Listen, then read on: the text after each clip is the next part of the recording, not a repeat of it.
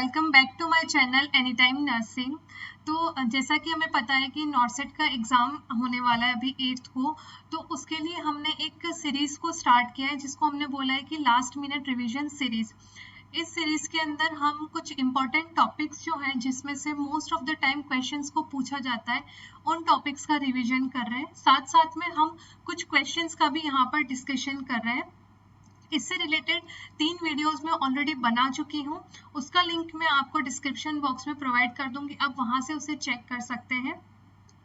और इस वीडियो के अंदर थोड़ा स्पेशल ये वीडियो इसीलिए क्योंकि इसमें हम कुछ कोविड-19 से रिलेटेड टॉपिक्स को भी यहाँ पे थोड़ा सा टच करेंगे, क्योंकि जैसे हमें पता है कि अभी जो पेंडेमिक चल रहा है तो बहुत सारी मतलब पॉसिबिलिटी है कि कोविड से भी रिलेटेड क्वेश्चंस वहाँ पे पूछ सकते हैं।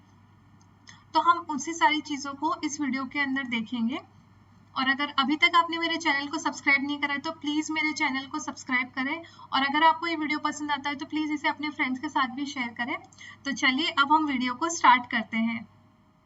सबसे पहले हम देख रहे हैं डिफरेंट फॉर्म्स ऑफ पोटेशियम। ठीक है, पोटेशियम जो है ना ये एक ऐसा टॉपिक है ना जिसमें से हमेशा कोई भी एग्जाम हो, चाहे एम्स हो, आरआरबी हो, ईएसआईसी हो, कोई भी नर्सिंग का एग्जाम हो, उसमें क्वेश्चन आता ही आता है मोस्ट ऑफ द टाइम। मतलब ऐसा होता है कि 70 to 80% चांसेस रहते हैं इससे रिलेटेड क्वेश्चंस आने में। तो यहाँ पर हम उन्हीं चीज को देखेंगे।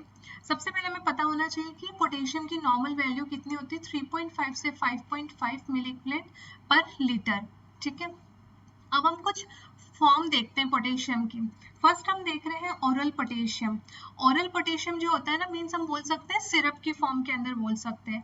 तो ये जो सिरप होता है वो क्या करवाता है, नोजिया एंड वॉमिटिंग करवाता है, इसीलिए कभी भी इसको पेशेंट को एम्प्टी स्टमक नहीं दिया जाता है। ठीक है, सेकेंड क्या है, इसका टेस्ट कैसा होता है, इसका टेस्ट बीटर टेस्ट होता है, मीन्स थोड़ा कड़वा टाइप का टेस्ट होता है, इसीलिए पेशेंट्स को इसको फ्रूट जूस के साथ में लेने के लिए भी एडवाइस किया जाता है। ठीक है, बट अगर पेशेंट डायबिटिक है, ध्यान से सुनना, अगर पेशेंट डायबिटिक है तो उसको हम फ्रूट जूस नहीं देंगे। ठीक है ना। तो चलिए, ये तो हो गई ओरल पोटेशियम की बात। अब हम देखते हैं इंजेक्टेबल पोटेशियम की बात। ठीक है, मोस्ट कॉमनली जो इंजेक्टेबल के अंदर हम यूज करते हैं वो होता है पोटेशियम क्लोराइड, KCl की फॉर्म में हम यूज करते हैं। ठीक है, वो जो होता है हम कभी भी should never be given with more than 5 to 10 milligram per hour. ठीक है, मीन्स 1 आवर के अंदर हम 5 to 10 मिलीग्राम ही देंगे पेशेंट को। ठीक है, क्यों, क्योंकि अगर हमने उससे ज्यादा दे दिया तो वो पोटेशियम क्या करेगा, पेशेंट के अंदर डिसरिथमिया कॉज करेगा। ठीक है, इसको ध्यान रखना है।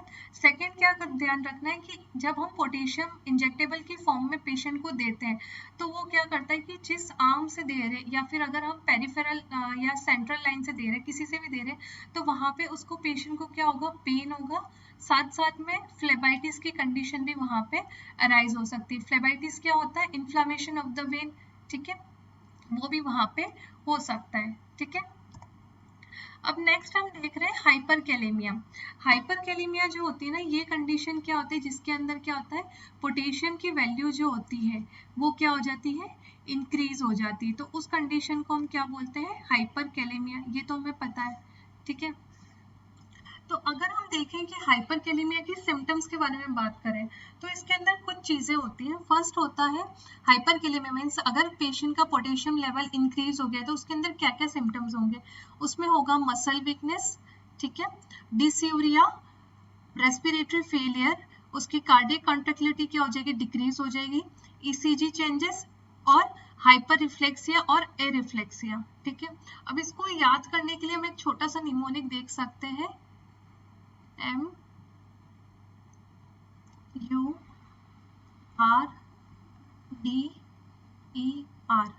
ठीक है, मर्डर जो है ना, इस निमोनिक से याद रखना, इस निमोनिक से हम क्या करेंगे, हाइपरकैलेमिया के सिम्टम्स को याद रखेंगे। ठीक है, M for muscle weakness, U for dysuria, respiratory depression, decrease in cardiac contractility, ECG changes and reflexes means hyper reflexia और एरिफ्लेक्सिया। ठीक है, अगर हम ECG चेंजेस की बात करें कि पोटेशियम के अंदर मींस हाइपरकैलेमिया के अंदर ECG चेंजेस क्या होंगे, तो ये जो चीज़ है ये हम पहले भी हमारे प्रीवियस वीडियोस के अंदर डिस्कस कर चुके हैं, तो फिर भी मैं थोड़ा सा बता देती हूँ कि यहाँ पे एक तो क्या होगा, टॉल टी वेव होगा।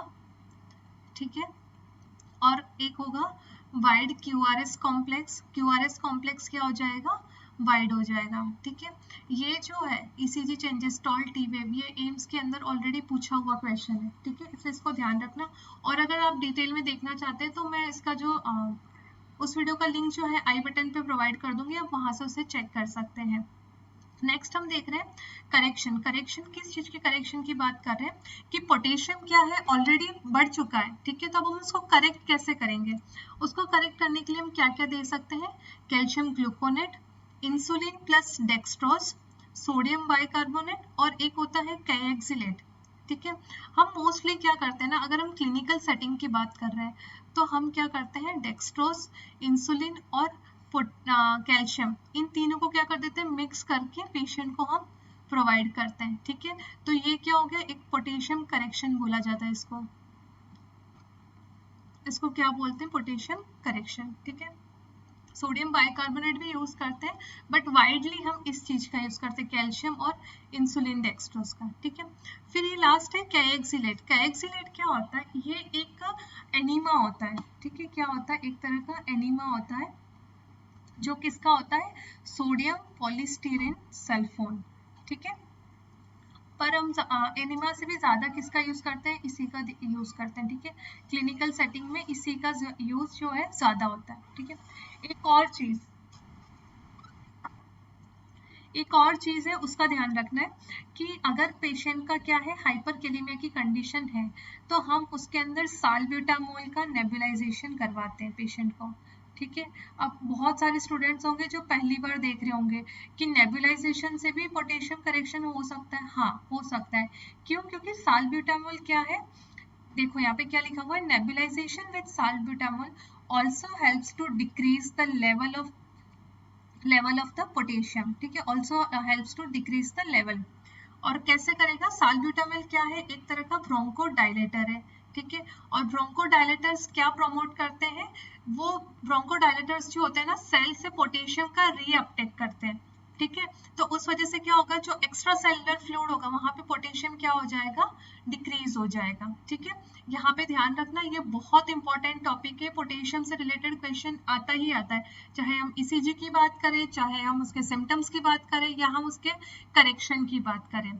ठीक है, अब नेक्स्ट टॉपिक यहाँ पे हम देख रहे हैं अबनॉर्मलिटीज ऑफ द प्लेसेंटा। ठीक है, प्लेसेंटा जो होता है, देखिए एक नॉर्मल, ये जो है, ये जो पिक्चर दिख रही है आपको, ये है एक नॉर्मल प्लेसेंटा। ठीक है, अगर हम नॉर्मल प्लेसेंटा की बात करें तो उसके अंदर क्या क्या फीचर्स होते हैं, सबसे पहले तो क्या होता है, प्लेसेंटा एक तो डिस्कॉइड शेप में होता है। डिस्क होती है ना, जो डिश आती थी पहले, सीडी ड्राइव्स जो आती थी ना, उस शेप में होता है। ठीक है, अगर हम इसके वेट की बात करें तो इसका वेट होता है 500 ग्राम। ठीक है, एक और क्वेश्चन आता है कि वेट जो होता है ना प्लेसेंटा का, वो फीटल के कितने वेट का प्रोपोर्शन होता है, मींस प्लेसेंटा का वेट जो होता है ना, फीटस के 1/6 वेट का होता है। ठीक है, मींस फीटस का जितना वेट है उसका 1/6 वेट किसका होगा, प्लेसेंटा का होगा। अच्छा, अगर हम बात करें कि प्लेसेंटा जो होता है उसके अंदर कुछ अबनॉर्मलिटीज की बात करते हैं हम, कि एक तो हमने नॉर्मल प्लेसेंटा देख लिया कि ये जो है ये नॉर्मल प्लेसेंटा है। ठीक है, ये जो इससे ये जो वाइट वाइट जो हमें दिख रहा है, ये क्या है, अम्बिलिकल कॉर्ड है।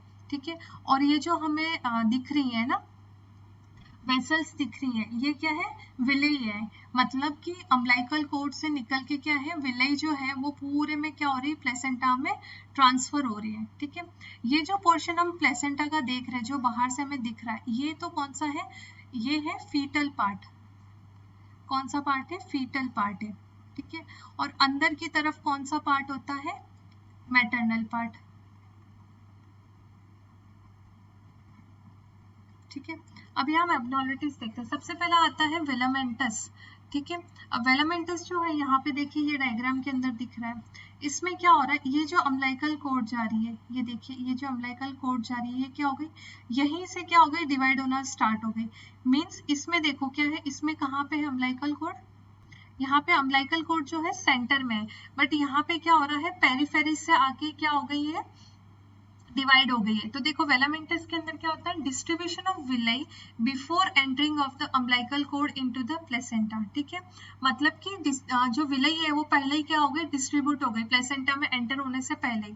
ठीक है, अगर ये डिस्ट्रीब्यूशन कहाँ हो रहा है, सर्विक्स के लेवल पे हो रहा है, तो उस कंडीशन को हम बोलते हैं वासा प्रीविया। ठीक है, इसको ध्यान रखना, ये इंपॉर्टेंट है, ये आ सकता है एग्जाम के अंदर। सेकेंड हम देखते हैं मार्जिनल, ये दिख रहा है सेकेंड हमें मार्जिनल। अब इसमें क्या हो रहा है, देखो अंदर की तरफ एंटर तो हो गया, बट ये क्या है, बाहर की तरफ है, साइड में मार्जिन की तरफ है। ठीक है, मार्जिन की तरफ होगी कोड, और इस ये प्लेसेंटा कैसा होगा, ये लार्ज और थिन होगा, प्लेसेंटा कैसा होगा, बड़ा होगा और थिन होगा। ठीक है, थर्ड हम देखते हैं सर्कमवेलेट। सर्कमवेलेट जो है ये वाला, ये देखिए ये सर्कमवेलेट, इसमें क्या होता है, thick greyish white ring on the fetal surface. ये देखिए ये जो फीटल सरफेस हमें दिख रही है, इस पे क्या हो गई, एक रिंग बन गई है। ठीक है, अगर ऐसा कुछ होता है तो उसको हम बोलते हैं सर्कमवेलेट। ठीक है, नेक्स्ट आता है सक्सेंट्यूरेट। सक्सेंट्यूरेट जो होता है, ये देखिए यहाँ पे हमें दिख रहा है कि अलग से कोई लोब है। ठीक है, तो सक्सेंट्यूरेट के अंदर एक या दो कितने भी लोब्स अलग से प्लेसेंटा के अलावा क्या होते हैं, प्रेजेंट होते हैं। अगर ऐसी कोई कंडीशन होती है तो उसको हम बोलते हैं सक्सेंट्यूरेट। ठीक है, फिर आता है, एक होता है सर्कमवेलेट। देखो ये तो है ये तो था सर्कम मार्जिनेट, सॉरी ये तो था सर्कम मार्जिनेट, और ये है सर्कम वेलेट। ठीक है, एक आता है बायलोबेट। बायलोबेट नाम से पता पड़ रहा है कि दो लोब्स हैं, एक लोब तो ये हो गया और एक लोब ये वाला हो गया। ठीक है, अच्छा अब ये जो टॉपिक हम देख रहे हैं ये क्या है, different kids at the sub centre, sorry 2018 के रायपुर के जो पेपर हुआ था, है ना, उस रायपुर पेपर में क्या हुआ था कि एक क्वेश्चन आया था कि the components of kit be at sub centre. ठीक है, सीधा सीधा ये क्वेश्चन पूछ लिया था, और उसमें क्या करा था कि एक्सेप्ट करके एक क्वेश्चन आ गया था कि all are the answers accept करके। ठीक है, तो क्या होता है कि जो सब सेंटर है उसमें दो किट्स अवेलेबल होती है, एक होती है किट ए, एक होती है किट बी। ठीक है, जो किट ए होती है उसमें क्या क्या होता है, एक होता है अल्बेंडाजोल, सेकंड होता है पीसीएम, और थर्ड होता है फॉलिक एसिड। ठीक है, ये किट अलग अलग तरह की किट्स बनाई होती है, A B C D E, mainly ना दो किट के बारे में हमें ध्यान रखना है। ठीक है, किट ए के अंदर क्या क्या होगा, अल्बेंडाजोल, पीसीएम और फॉलिक एसिड, और किट बी के अंदर क्या क्या होगा, डेटॉल, अर्गोस्टिरोल और बैंडेजेस। ठीक है, क्या है क्यों है इतना ज्यादा ध्यान नहीं रखना, बस थोड़ी सी छोटी सी चीज है उसको ध्यान रख लीजिए। नेक्स्ट, अब जो ये हम टॉपिक देख रहे हैं ना, लंग सर्फेक्टेंट, ये बहुत इंपॉर्टेंट टॉपिक है, ये आपका पीडियाट्रिक के अंदर आएगा। ठीक है, ये आपका एमएसएन में भी आएगा और ये आपका ओबीजी में भी आएगा, है ना, तो इसीलिए इसको ध्यान रखना है। लंग सर्फेक्टेंट जो है एक्चुअली क्या होता है, ये लंग सर्फेक्टेंट्स होते क्या है, these are the substances of lipoprotein. ठीक है, ये कैसे होते हैं, लाइपोप्रोटीन का एक सब्सटेंस होते हैं। ठीक है, और सर्फेक्टेंट सीक्रेट किससे होते हैं, एल्वियोलाई से होते हैं। देखो ये जो यहाँ पे दिख रहा है ना, ये जो मैं पिक्चर आपको दिखा रही हूँ ना, ये वाली, ये मेरे अपने नोट्स का हैंड रिटन है, तो अगर आपको थोड़ा सा अजीब लगे तो प्लीज थोड़ा सा कोऑपरेट कर लीजिएगा, बट मैंने सोचा कि क्यों ना थोड़ा हैंड रिटन का भी आपको मटेरियल प्रोवाइड किया जाए। तो देखिए ये क्या है, ये जो हमें दिख रहा है ये एक एल्वियोलाई है। ठीक है, अब एल्वियोलाई के अंदर तीन पोर्शन बने हुए, एक ये जो ग्रीन से बना हुआ है ये तो है न्यूमोसाइट टाइप 1, मतलब तीन तरह की सेल्स हैं इसमें। ठीक है, एक है न्यूमोसाइट टाइप 1, एक है न्यूमोसाइट टाइप 2 और एक है न्यूमोसाइट टाइप 3। ठीक है, जो टाइप 1 न्यूमोसाइट सेल होती है वो क्या होती है, एपिथेलियम को बनाती है। टाइप 2 जो होती है, मींस कौन सी, ये ऑरेंज वाली जो दिख रही है ये टाइप 2 है। ठीक है, वो क्या करती है, सर्फेक्टेंट को सिक्रेट करती है, और जो ब्लू आपको डॉट्स दिख रहे हैं बिल्कुल छोटे छोटे से, ये वाले देखिए, ये वाले जो डॉट्स दिख रहे हैं आपको ना, ये क्या होते हैं, न्यूमोसाइट टाइप 3 होते हैं, जो जिसमें जो क्या करते हैं, मैक्रोफेजेस को सिक्रेट करते हैं। और मैक्रोफेजेस हमें पता है उसका क्या फंक्शन होता है कि वो डेब्रिस जो होता है, जो कचरा होता है, उनको इकट्ठा करके, मतलब उनको एनगल्फ करते हैं। ठीक है, इनको क्या बोला जाता है, डस्ट सेल्स भी बोला जाता है। तो देखो यहाँ पे न्यूमोसाइट टाइप 2 जो सेल है वो क्या सिक्रेट कर रही है, सर्फेक्टेंट को सिक्रेट कर रही है। ठीक है, यहाँ पे यही चीज हो गई, surfactant are secreted by the alveoli pneumocyte type 2। ठीक है, अब हम बात करते हैं फंक्शंस की कि इसके फंक्शंस क्या होते हैं। सबसे पहला लंग सर्फेक्टेंट क्या करता है, it prevent the alveolar collapse. ठीक है, एक तरह के ल्यूब्रिकेशन को प्रोवाइड करेगा, उस वजह से क्या होगा कि लंग्स में एल्वियोलर कोलैप्स नहीं होगा। सेकंड है फैसिलिटेट गैसेज एक्सचेंज, और थर्ड है ह्यूमिडिफाई द एल्वियोलाई। ये तीन मेन फंक्शन होते हैं। ठीक है, एक तो एल्वियोलर कोलैप्स को प्रिवेंट करेगा, गैसेज एक्सचेंज में हेल्प करेगा और एल्वियोलाई को ह्यूमिडिफाई करेगा। ठीक है, अब देखिए, अब ये नेक्स्ट इंपॉर्टेंट चीज है, lung surfactants are start to release on 20 to 22 weeks of the gestation.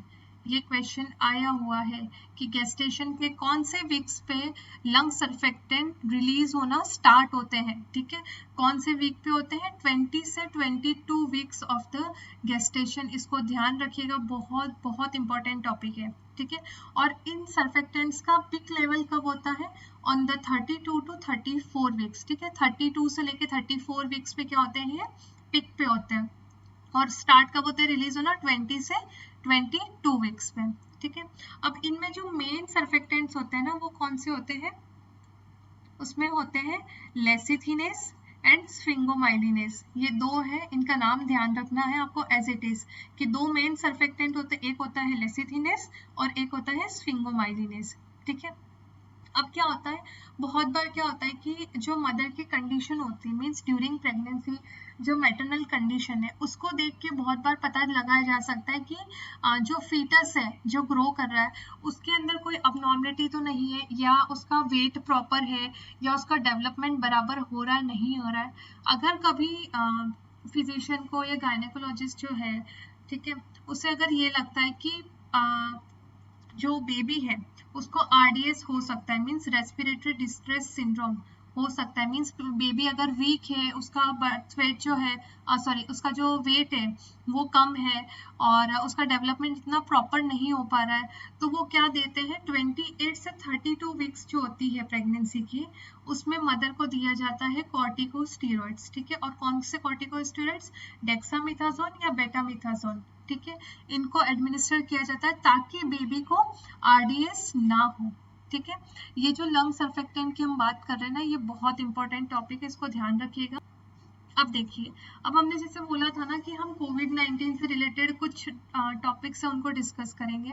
तो एक्चुअली जैसे हम भी देख रहे हैं कि हम कहीं बाहर जा रहे हैं, तो क्या हो रहा है कि किसी ने मास्क लगा रखा है, किसी ने नहीं लगा रखा है, किसी ने लगा रखा है तो भी क्या हो गया, अपने माउथ को प्रॉपरली कवर नहीं करा हुआ है। तो यहाँ पे एक चीज मैं बता रही हूँ कि how to wear the mask properly. ठीक है, अभी देखिए पॉसिबिलिटी है कि ऐसे क्वेश्चन आ सकते हैं कि आपको इमेज दे दें, है ना, अगर आपको 4 इमेज दे रखी ABCD और उसमें चारों में दिखा रखा है कि इसमें से कौन सा पिक्चर है जिसमें जो पर्सन है उसने मास्क प्रॉपरली लगाया हुआ है। ठीक है, तो देखिए यहाँ पे हम ऐसे ही उसी टाइप का कुछ डिस्कस कर रहे हैं। अब यहाँ पे देखिए, ये वाला क्या है, पेशेंट क्लाइंट का नोज है। ठीक है, मास्क कहाँ लगा रखा है, नोज के नीचे, मीन्स उसने सिर्फ अपने लिप्स और चिन को कवर रखा है।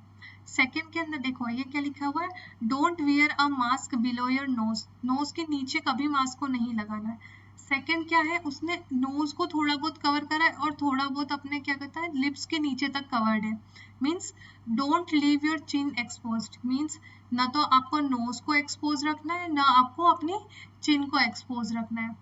थर्ड लिखा हुआ है, देखिए don't wear a mask with a gaps on the side, ये जो साइड वाला पोर्शन है यहाँ पे गैप नहीं होना चाहिए। अगर यहाँ से एयर की एंट्री हो गई तो मतलब ही नहीं है हमारे मास्क लगाने का, मीन्स हमेशा प्रॉपरली फिटेड मास्क लगाना है। नेक्स्ट है don't wear a mask to cover just the tip of the nose. ठीक है, आप ये मत सोचिए कि सिर्फ नोज की टिप कवर हो गई तो हमने क्या कर दिया, मास्क पहन लिया, नहीं, ऐसे भी नहीं करना है। नेक्स्ट है don't push a mask under your chin to rest on your neck. इस तरह से देखिए, जो मैक्सिमम हम देख रहे हैं कि लोग इस तरह से कर रहे हैं, ऐसा भी नहीं करना है। ठीक है, तो मास्क आपको कैसे लगाना है, मास्क आपको इस तरह से लगाना है। देखो, do wear your mask so it comes all the way up close to the bridge of your nose and all the way down to your chin, means nose की ब्रिज तक, मीन्स देखो यहाँ से लेके यहाँ से लेके प्रॉपरली यहाँ तक कवर्ड है। देखो इस वाली पिक्चर के अंदर दिख रहा है ना, लास्ट वाली में, ठीक है। टाइटन द लूप्स और ties to make it snug around your face और विदाउट गैप्स, ठीक है।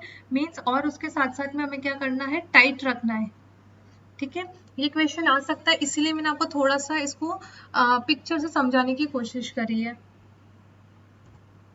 अच्छा नेक्स्ट क्या है, डोनिंग ऑफ द पीपी, ठीक है। अब देखो कोविड से प्रोटेक्शन के लिए जो हम हेल्थ वर्कर्स हैं वो क्या यूज करते हैं, पीपीई का यूज करते हैं, ठीक है। और पीपीई क्या होता है, पीपीई होता है पर्सनल प्रोटेक्टिव इक्विपमेंट्स, ये तो अब सबको पता चल गया है, ठीक है, पर्सनल प्रोटेक्टिव इक्विपमेंट्स। अच्छा, मतलब इसके अंदर पर्सनल पीपीई के अंदर आता क्या क्या है, या हम कैसे डोनिंग करते हैं, ठीक है। डोनिंग मतलब डू आ रहा ना, डू मीन्स हम कैसे पहन रहे हैं। सबसे पहले क्या लिखा हुआ है, फर्स्ट है हैंड हाइजीन, ठीक है, हैंड वॉश करना है हमें अच्छे से। सेकेंड है put on the shoe cover, कहाँ सबसे पहले हमें क्या पहनना है, शू कवर। सेकेंड है पुट ऑन द गाउन, ठीक है, सबसे पहले हैंड वॉश करना है, then shoe cover, then gown. Gown के बाद में पुट ऑन मास्क और रेस्पिरेटर, फिर गाउन के बाद में हमें मास्क पहनना है। मास्क के बाद में पुट ऑन द गोगल्स और face shield, then put on head cover, और लास्ट में पुट ऑन द ग्लव्स, ठीक है। तो कैसे याद रखना है, सबसे पहले तो हमें हैंड को वॉश करना है, हैंड वॉश करना है, देन उसके बाद में हमें क्या करना है, शूज पहनना है, शू कवर मतलब कि, ठीक है। देन आएगा गाउन, गाउन के बाद में होगा मास्क, मास्क के बाद में आएंगे गॉगल, गॉगल के बाद में होगा हेड कवर या हेड कैप बोल सकते हैं हम, हेड कैप या हेड कवर, और फिर आएगा ग्लव्स, ठीक है। इस सीक्वेंस को ध्यान रखना है।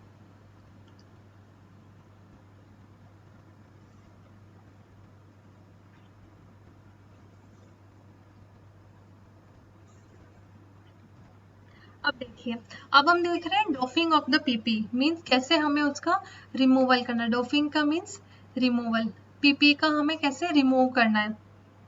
सबसे पहले रिमूव द शू कवर्स, ठीक है, using hands free technique. Hands free technique क्या होता है, जैसे हम खड़े खड़े निकालते हैं ना कभी शूज और सॉक्स, खड़े खड़े हम अपने आप बिना हाथ लगाए निकालते हैं, तो यहाँ पर भी ऐसे ही करना है। यूजिंग हैंड्स फ्री टेक्निक हमें क्या करना है, सबसे पहले शू कवर रिमूव करना है। सेकेंड है रिमूव द ग्लव्स, ठीक है, then remove the gown, untie the gown from the back making sure not to touch in front of the gown। अब हमें गाउन रिमूव कैसे करनी है, हमें बैक साइड जो है, ठीक है, उसका जो बैक साइड है वहां से करना है, और क्या करना है, टच नहीं करना है हमें, जो आउटर एरिया है ना, आउटर एरिया को टच नहीं करना है, ठीक है। फिर आता है फोर्थ, हमें उसके बाद में क्या करना है, हैंड हाइजीन, ठीक है। फिर हैंड हाइजीन हो गया, उसके बाद में हम हेड कैप निकालेंगे, देन हम गॉगल रिमूव करेंगे, एंड देन हम मास्क को रिमूव करेंगे, और उसके बाद में हम फिर से हैंड वॉश करेंगे। देखिए सबसे पहले हम क्या रिमूव करेंगे, shoe cover, then gloves, gloves के बाद में हम करेंगे गाउन, गाउन के बाद में हम करेंगे हैंड वॉश, देन हम किसको रिमूव करेंगे, कैप को, कैप के बाद में आएगा गॉगल, और सबसे लास्ट में हम रिमूव करेंगे मास्क, ठीक है। और उसके बाद में हम फिर से हैंड हाइजीन, ठीक है। तो ये सारी सीक्वेंस किसकी है, गाइड टू डॉफिंग, ठीक है, पीपीई के डॉफिंग की बात करें। अच्छा देखो, जैसे हम हॉस्पिटल सेटअप की अगर बात कर रहे हैं ना, हॉस्पिटल सेटअप की, तो क्या हो रहा है कि जैसे अलग अलग एरियाज बने हुए हैं ना, इमरजेंसी है, वार्ड है, या स्पेशली कोविड वार्ड है, कोविड आईसीयू है, तो उनके लिए इन्होंने क्या कर रखा है, एक अलग से डॉफिंग एरिया बनाया हुआ है, ठीक है। क्या बनाया हुआ है, डॉफिंग एरिया। तो उस डॉफिंग एरिया के अंदर क्या करना है ना, कि हमें जो पीपीई का रिमूवल करना है वो हमें स्पेसिफिकली वहीं जाकर करना है, ठीक है। उस डॉफिंग एरिया के अंदर क्या होता है, नेगेटिव प्रेशर होता है, ठीक है, नेगेटिव प्रेशर होता है। मींस वहाँ पे एसी फैन ये सब नहीं होंगे। क्यों? क्योंकि हम बोल रहे हैं ना कि कोविड जो है वो किससे स्प्रेड होता है, फोमाइट्स के थ्रू।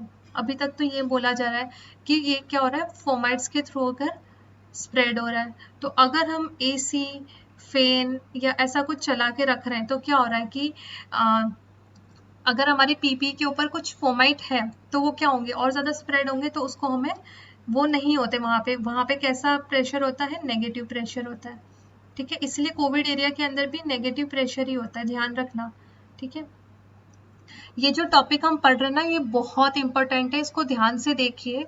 बस यही छोटी छोटी चीजें, एग्जाम में क्या होता है ना, कुछ बड़ा नहीं पूछा जाता है, बस छोटी छोटी चीजें होती है ना, उन सबको पूछा जाता है। बस हमारे ऑब्जर्वेशन पे है कि हम कितना चीजों को अच्छे से ऑब्जर्व करते हैं, ठीक है। तो देखिए, हम क्या बात कर रहे थे कि डॉफिंग एरिया के अंदर हम रिमूव करते हैं किसको, पीपी को, और वहां का प्रेशर कैसा होता है, नेगेटिव प्रेशर, ठीक है। और क्या होता है कि जैसे ही हमने सारा अपना पीपी रिमूव कर दिया, उसके बाद में जो वहां पे डोरमेट होता है ना, ध्यान से सुनना, डोरमेट जो पायदान जिसको बोलते हैं ना, जिससे हम पैर साफ करते हैं, तो जब निकलते टाइम उस डोरमेट के ऊपर क्या होता है, 1% सोडियम हाइपोक्लोराइड डाला जाता है। क्या जाता है, 1% सोडियम हाइपोक्लोराइड सॉल्यूशन डाला जाता है, ठीक है। और क्या करते हैं, जब हम निकलते हैं ना, तो उस डोरमेट में, मीन्स जिसपे 1% सोडियम हाइपोक्लोराइड डला हुआ है, उससे अपने शूज को रब करके बाहर निकल जाते हैं। जैसे हम घर में एंटर होने से पहले करते हैं ना, पायदान पे अपने पैर साफ करके घर के अंदर जाते हैं, तो बस ऐसा ही है कि डॉफिंग के अंदर भी हम ऐसे ही करते हैं कि डॉफ करके बाहर डोरमेट में उस डोरमेट में ये सॉल्यूशन डाला हुआ है, अपने पैर वहां पे हमने क्लीन कर लिए, और फिर उसके बाद में हम उस डॉफिंग एरिया से निकलते, ताकि किसी भी तरह का कोई भी ब्रीच ऑफ कॉन्टेक्ट नहीं हो सके, है ना, ब्रीच नहीं हो सके। ब्रीच मीन्स कोई गलती हम खुद से नहीं कर ले, कि हमने पीपी पहन के हम वर्ड में तो बच गए, बट हमने क्या करा, प्रॉपरली रिमूवल नहीं किया, प्रॉपरली डॉफिंग नहीं किया है, तो हम फिर भी क्या हो सकते हैं, हमारे चांसेस होते हैं कि हम कोविड से अफेक्ट हो सकते हैं, ठीक है। इसलिए इन सारी चीजों को ध्यान रखना, कोई ज्यादा बड़ी चीज नहीं है, छोटी छोटी चीजें, बस अच्छे से ध्यान रखना कि कौन सा प्रेशर होता है, वहां पे नेगेटिव प्रेशर होता है, 1% हाइपोक्लोराइड सॉल्यूशन का यूज किया जाता है, ठीक है, फोमाइट्स के थ्रू स्प्रेड होता है, क्या टेक्निक होती है जिससे हम रिमूव करते हैं, क्या टेक्निक होती है जिससे हम डॉनिंग करते हैं, बस, ठीक है। तो चलिए अब हम क्वेश्चंस का डिस्कशन स्टार्ट करते हैं।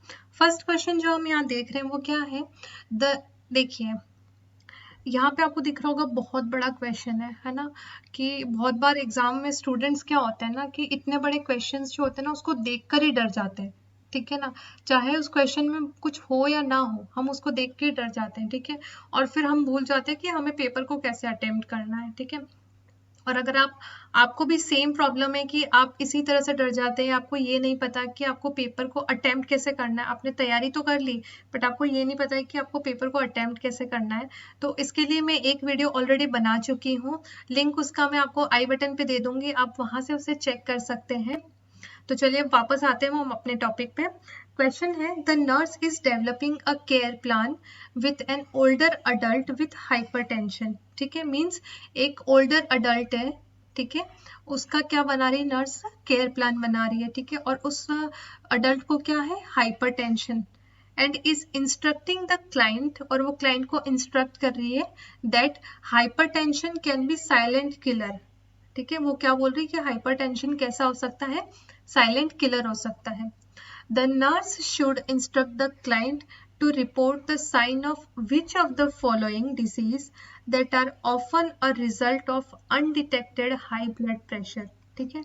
तो क्वेश्चन क्या बोल रहा है कि नर्स क्या बोलेगी कि the nurse should instruct the client to report the sign of which, मतलब इनमें से कौन सा मतलब ऐसा साइन है जिसको जो क्लाइंट है उसको क्या करना है, रिपोर्ट करना है, जो किस वजह से हो सकता है, अनडिटेक्टेड हाई ब्लड प्रेशर, ठीक है। बहुत बार क्या होता है, हाई ब्लड प्रेशर की वजह से बहुत सारी डिजीजेस हो जाती हैं और पता भी नहीं चलता है, ठीक है। तो इनमें से कौन सा डिजीज है जिसमें उसको साइन को रिपोर्ट करना है, ठीक है।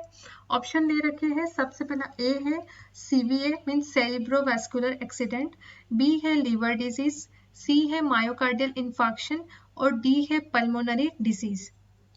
ठीक है, तो एक्चुअली क्या होता है कि हाइपरटेंशन जो होता है ना, उसको अडल्ट के अंदर, हाइपरटेंशन को अडल्ट के अंदर क्या बोला गया है, साइलेंट किलर।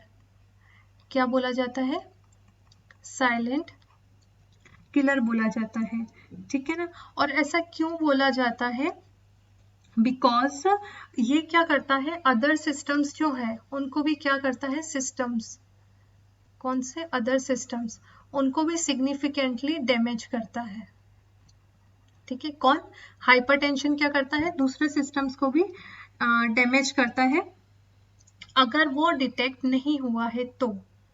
मीन्स अगर किसी कोई पेशेंट है या कोई पर्सन है जिसके अंदर हाइपरटेंशन डिटेक्ट ही नहीं हुआ है, पता ही नहीं चला है कि उसको हाइपरटेंशन है, बट अगर उसको CVA हुआ है तो मे भी पॉसिबिलिटी है कि वो हाइपर एंटी मतलब बहुत ज़्यादा जो उसका ब्लड प्रेशर है उसकी वजह से हुआ है।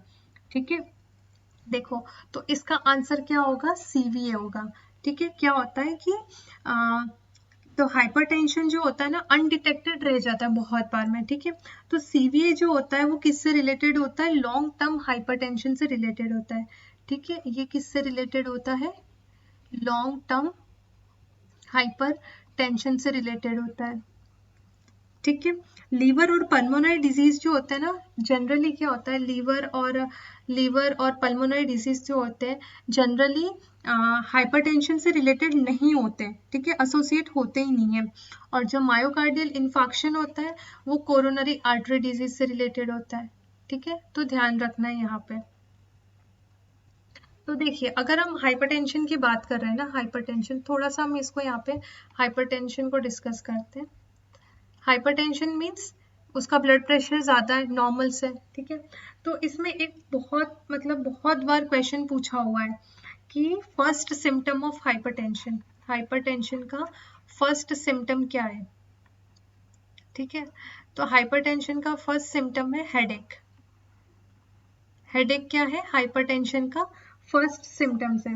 ठीक है, और इसके साथ साथ में पेशेंट को क्या हो सकता है, dizziness, chest pain, tinnitus, epistaxis, ये सारा हो सकता है।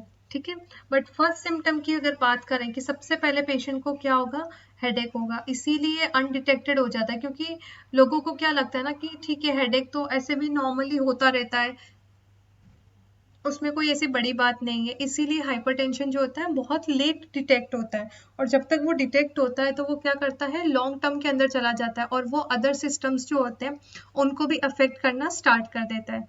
ठीक है, next question, when teaching the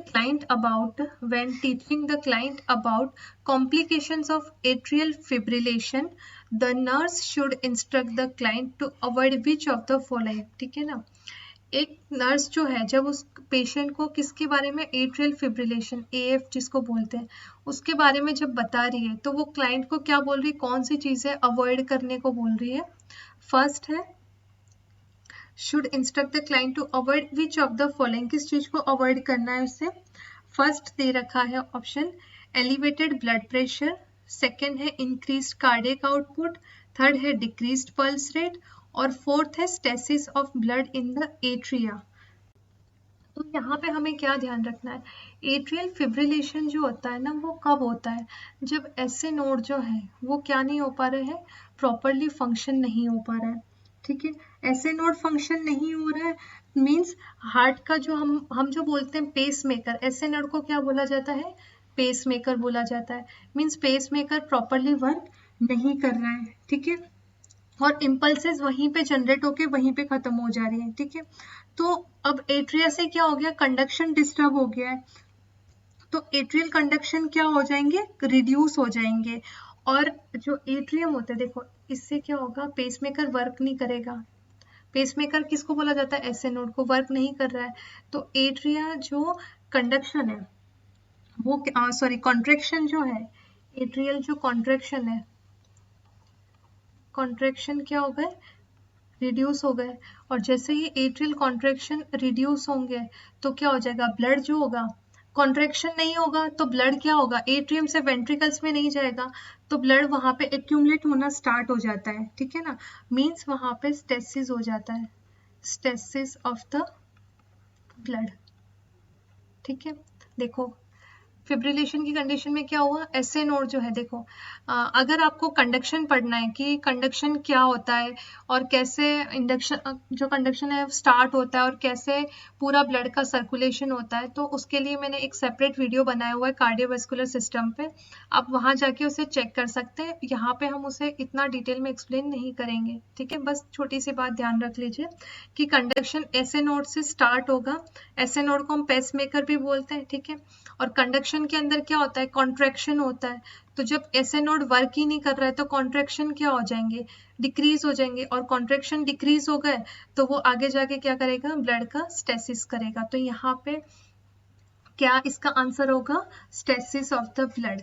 ठीक, तो एट्रियल फिब्रिलेशन जो होता है ना, वो increase cardiac output, blood pressure और पल्स रेट, इनसे क्या होता है, एसोसिएट नहीं होता है, जबकि एट्रियल, देखो यहाँ पे क्या दे रखा है, डिक्रीज पल्स रेट, ऐसा नहीं होता है। एट्रियल फिब्रिलेशन के अंदर पल्स रेट जो होती है ना, वो क्या हो जाती है, इंक्रीज हो जाती है।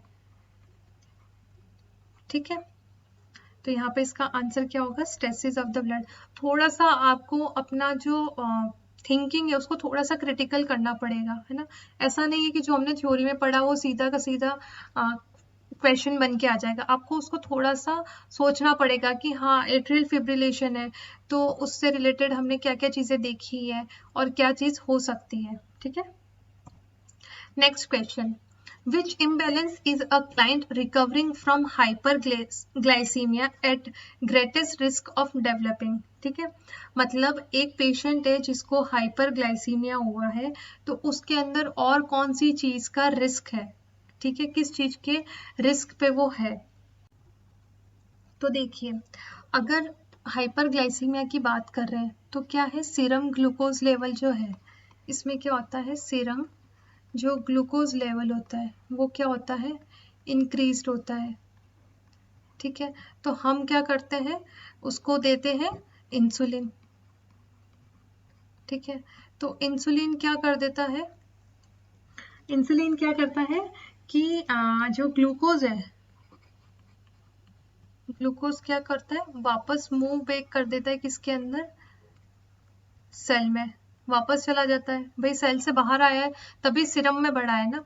ठीक है, और हमने देखिए पहले हमने जब पोटेशियम पढ़ा था तो हमने क्या देखा था कि इंसुलिन और डेक्सट्रोजन मिलके क्या करवाते हैं, पोटेशियम का रीअपटेक करवा देते हैं, है ना, हमने देखा था हाइपरकैलेमिया के अंदर।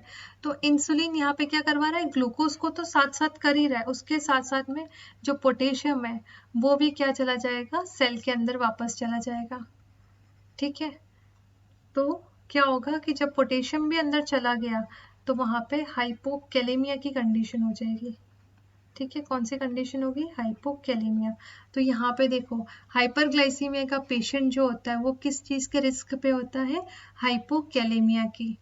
ठीक है, छोटी सी चीज है, इसको ध्यान रखिएगा।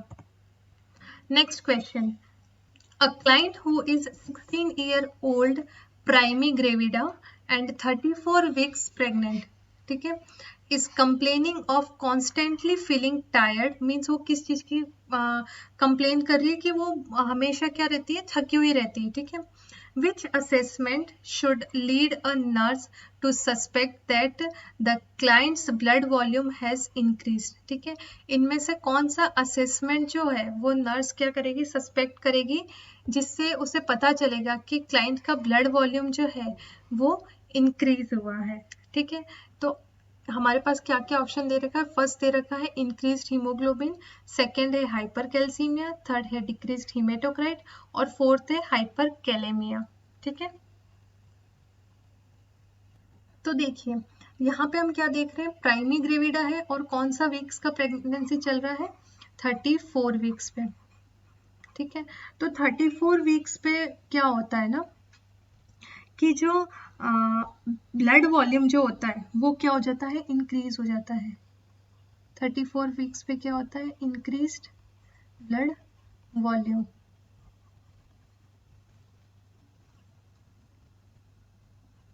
ठीक है, और जब ब्लड वॉल्यूम इंक्रीज होगा तो हीमेटोक्राइट्स क्या हो जाएंगे, हीमेटोक्राइट्स वो क्या हो जाएंगे, डिक्रीज हो जाएंगे। और जब हीमेटोक्राइट डिक्रीज हो जाएंगे तो उसको कैसा फील होगा, उसको कैसा फील होगा, टायरिंग फील होगा, ठीक है। और ये जो है प्रेगनेंसी के अंदर नॉर्मल है, ठीक है, ये क्या है, नॉर्मल है। तो जब उसके हीमेटोक्राइट डिक्रीज होंगे मींस कि उसका ब्लड वॉल्यूम इंक्रीज हुआ है, और जब ब्लड वॉल्यूम हीमेटोक्राइट डिक्रीज होंगे तो पेशेंट कैसी रहेगी, टायर्ड। और ये क्या है, अबनॉर्मल नहीं है, ये प्रेगनेंसी के अंदर एक नॉर्मल है, ठीक है। Next question, a newborn suspected of having Down syndrome is held in the nursery for the observation, ठीक है। सस्पेक्टेड है किसके लिए, डाउन सिंड्रोम के लिए। For what acute health problem should a nurse observe, एक बेबी है जो सस्पेक्टेड है डाउन सिंड्रोम के लिए और उसको नर्सरी में रखा गया ऑब्जर्वेशन के लिए। कौन सी एक्यूट प्रॉब्लम है जो नर्स ऑब्जर्व करेगी डाउन सिंड्रोम के अंदर, ठीक है। तो देखिए यहाँ पे हम किस बारे में क्या देख रहे हैं, डाउन सिंड्रोम। तो डाउन सिंड्रोम के बारे में हम थोड़ा सा देखते हैं, है ना। डाउन सिंड्रोम, डाउन सिंड्रोम को क्या बोला जाता है, ट्राइसोमी 21, ट्राइसोमी 21, या उसको बोलते हैं हम मोंगोलियन सिंड्रोम, मोंगोलियन सिंड्रोम, ठीक है। या उसको बोला जाता है ट्राइसोमी जी, ट्राइसोमी जी, ठीक है। और इसमें जो होता है ना डाउन सिंड्रोम के अंदर बेबी का आईक्यू कैसा होगा, लो आईक्यू होगा, ठीक है।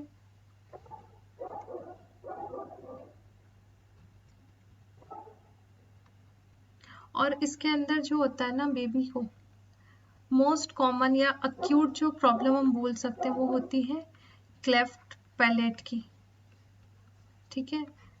अक्यूट अगर हम बात कर रहे हैं तो वो कौन सा होता है, क्लेफ्ट पैलेट, ठीक है।